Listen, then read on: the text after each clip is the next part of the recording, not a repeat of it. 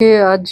खेल विभाग की समीक्षा बैठक की गई है और इस बैठक में हमारे 2027 में जो नेशनल गेम होने वाले हैं, 2030 में जो हमारे राष्ट्रमंडल खेल होने वाले हैं, 2036 में जो हमारे ओलंपिक होने वाले हैं, उसके तैयारियों के निमित्त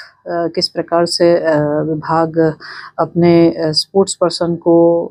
कैसे हम और एक्सेलेंसी की ओर ले जाएं, उसमें हम क्या-क्या चीज़ें हम लोग कर रहे हैं या हमें करना चाहिए, या जो हमारा गैप है उसे हमें कैसे फुलफिल करना चाहिए, उसको लेके आज चर्चा हुई है। जिसमें कुछ निर्णय जो है आज मेरी ओर से विभाग को दिए गए हैं,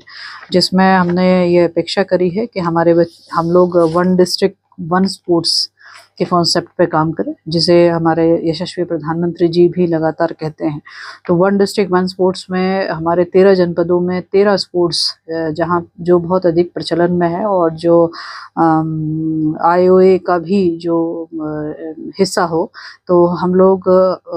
उस स्पोर्ट्स को जो है हम लोग बढ़ाने का काम करें, ये निर्देश दिए हैं। और उसका प्रस्ताव शीघ्र जो है वो कैबिनेट में लेकर आए, ये भी आज डायरेक्शंस दिए हैं। इसके साथ ही स्पोर्ट्स स्कूल के कॉन्सेप्ट पे भी काम करने के लिए कहा गया है। स्पोर्ट्स स्कूल का कॉन्सेप्ट अपने आप में बच्चों को किस प्रकार से बहुत अल्प आयु से ही उनके अंदर स्पोर्ट्स कल्चर हम डेवलप कर पाएँ और समय के साथ में उनको पूरा प्रशिक्षण और आने वाले समय की चुनौतियों को पार कर पाएँ, तो इस कॉन्सेप्ट पे भी हम लोग काम करें। इसके साथ ही जो हमारे स्पोर्ट्स स्कूल जो हमारे गवर्नमेंट के होंगे, जिसमें अभी ये भी एक सुझाव और अथवा चर्चा हुई है कि हमारे जो स्पोर्ट्स हॉस्टल है, क्यों ना हम उसको स्पोर्ट्स स्कूल में कन्वर्ट कर दें। तो जो स्पोर्ट्स स्कूल की जो रिक्वायरमेंट है उसका परीक्षण होगा और आने वाले समय में स्पोर्ट्स हॉस्टल को जो है स्पोर्ट्स स्कूल में जो है हम लोग कन्वर्ट करेंगे। इसके साथ ही जो प्राइवेट सेक्टर में भी हमारे स्पोर्ट्स स्कूल को हम प्रमोट करें, उसके भी दिशा निर्देश दिए हैं कि उसमें हमारे को प्राइवेट सेक्टर को प्रमोट करने के लिए जो बेहतरीन हमारे पास में ऑप्शन हो या कंडीशन हो, या जो उस प्राइवेट सेक्टर से बात करते हुए किस प्रकार की हमें सब्सिडी दी जानी चाहिए, किस प्रकार से हमें उसमें काम करना चाहिए, तो वो स्पोर्ट्स स्कूल के कॉन्सेप्ट पे प्राइवेट सेक्टर भी पार्टिसिपेट करे, इसके लिए भी विभागीय प्रस्ताव तैयार करने के लिए कहा है। इसी के साथ में अधिक से अधिक हमारे स्पोर्ट्स एकेडमीज खुले।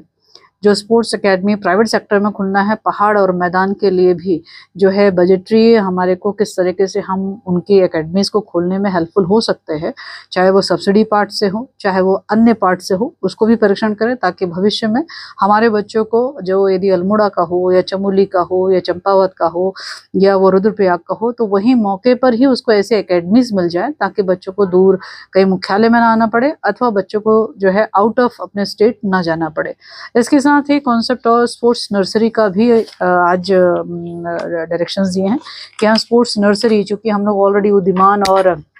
योजना चला रहे हैं, जिसमें हमारे बच्चे 8 से लेकर 10 वर्ष तक के बच्चे 8 से लेकर 12 वर्ष तक के बच्चे जो हैं वो उद्दीमान में आच्छादित हैं और उन्हें लगातार जो है 1500 रुपये प्रतिमाह स्पोर्ट्स फंड भी प्राप्त कर रहे हैं। तो हमारे इन्हीं बच्चों को जो है हम लोग आगे चल के प्रमोट करें, उनको और बेहतरीन अवसर दें। तो इसके लिए जो है स्पोर्ट्स नर्सरी का जो है हम एज 6 से हम लोग चाह रहे हैं कि हम लोग उसकी शुरुआत करें, तो इसका भी विभागीय प्रस्ताव बनाने के आज निर्देश दिए हैं। इसके साथ ही माननीय प्रधानमंत्री जी ने फिट इंडिया का जो आह्वान सबसे किया है, तो उसी तर्ज पे जो है फिट उत्तराखंड का आह्वान स्पोर्ट्स डिपार्टमेंट सबसे करता है। और फिट उत्तराखंड के लिए भी आखिरकार हमारे को क्या क्या स्ट्रक्चर हमें डेवलप करने हैं,